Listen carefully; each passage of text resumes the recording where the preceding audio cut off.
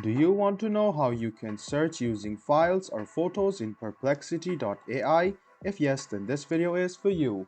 Hello and welcome to AI Basics. It's your host back again with yet another interesting tutorial video. In this video, I'm going to teach you how you can search using files or images in Perplexity.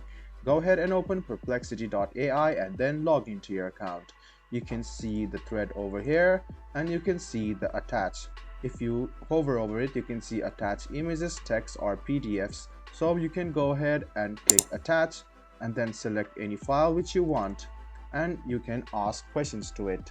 You must have a pro account to search images, so go ahead and click on get started with, which is $20 or $200, and then click on get started, and then you can get a pro account in Perplexity and then you can search using attachments. So what you can do is go to attach, click on a file, and then you can see it has been uploaded, and then you can search.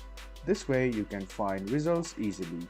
I hope this video about how you can search attaching files and photos in Perplexity AI was helpful for you. If you still have any kind of confusion, please do mention us on the comment section down below. Like the video, subscribe to the channel, and do hit the bell button for more. Hope to see you in the next video as well. Until then, goodbye, take care, and make sure you enjoy.